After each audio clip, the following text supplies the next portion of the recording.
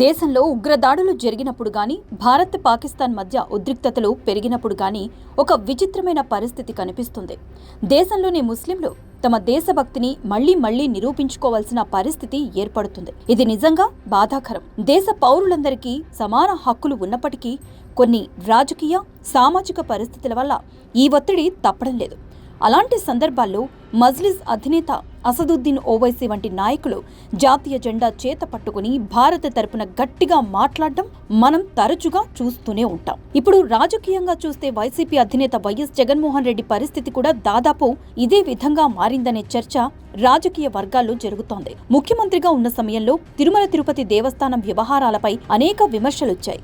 ముఖ్యంగా తిరుమల శ్రీవారి ఆలయ పరిపాలన, సంప్రదాయాలు, నెయ్యి నాణ్యత వివాదం వంటి అంశాలను ప్రస్తుతం అధికారంలో ఉన్న కూటమి ప్రభుత్వం బయట పెడుతుండటంతో వైసీపీ నాయకులు రక్షణాత్మక వైఖరి అవలంబిస్తున్నారని రాజకీయ విశ్లేషకులు అభిప్రాయపడుతున్నారు. తిరుమల తిరుపతి దేవస్థానం దేశంలో అత్యంత పవిత్రమైన హిందూ ధార్మిక సంస్థలలో ఒకటి. కోట్లాది మంది భక్తుల విశ్వాసానికి ప్రతీక అయిన ఈ సంస్థ నిర్వహణలో చిన్న తప్పు జరిగినా అది దేశవ్యాప్తంగా చర్చకు దారితీస్తుంది.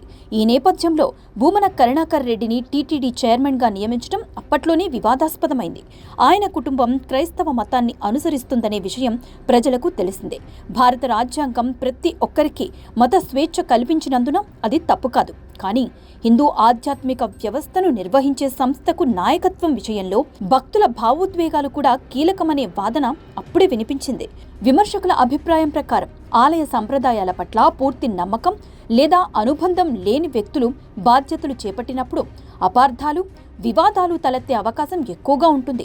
అందుకే తిరుమలలో జరిగిన వివిధ పరిణామాలు ఇప్పుడు రాజకీయంగా పెద్ద అంశంగా మారాయి. గత ఎన్నికల్లో ప్రజలు వైసీపీకి కేవలం 11 సీట్లు మాత్రమే ఇవ్వడం కూడా ఈ అసంతృప్తికి సంకేతంగా కొందరు విశ్లేషిస్తూ ఉంటారు.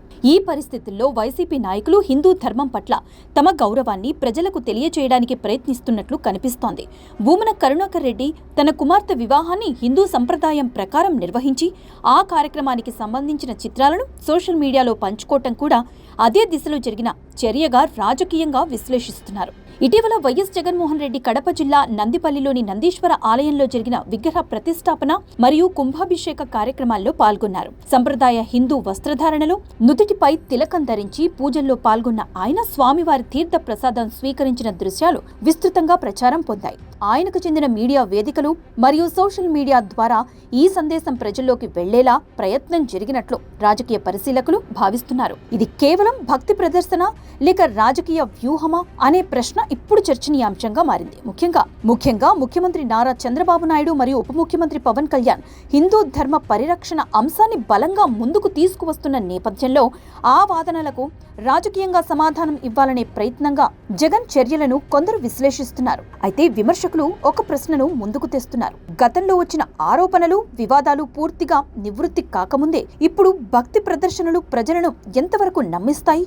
ముఖ్యంగా తిరుమల వంటి విశ్వాస కేంద్రానికి సంబంధించిన అంశాల్లో ప్రజలు భావోద్వేగపూరితంగా స్పందిస్తారు.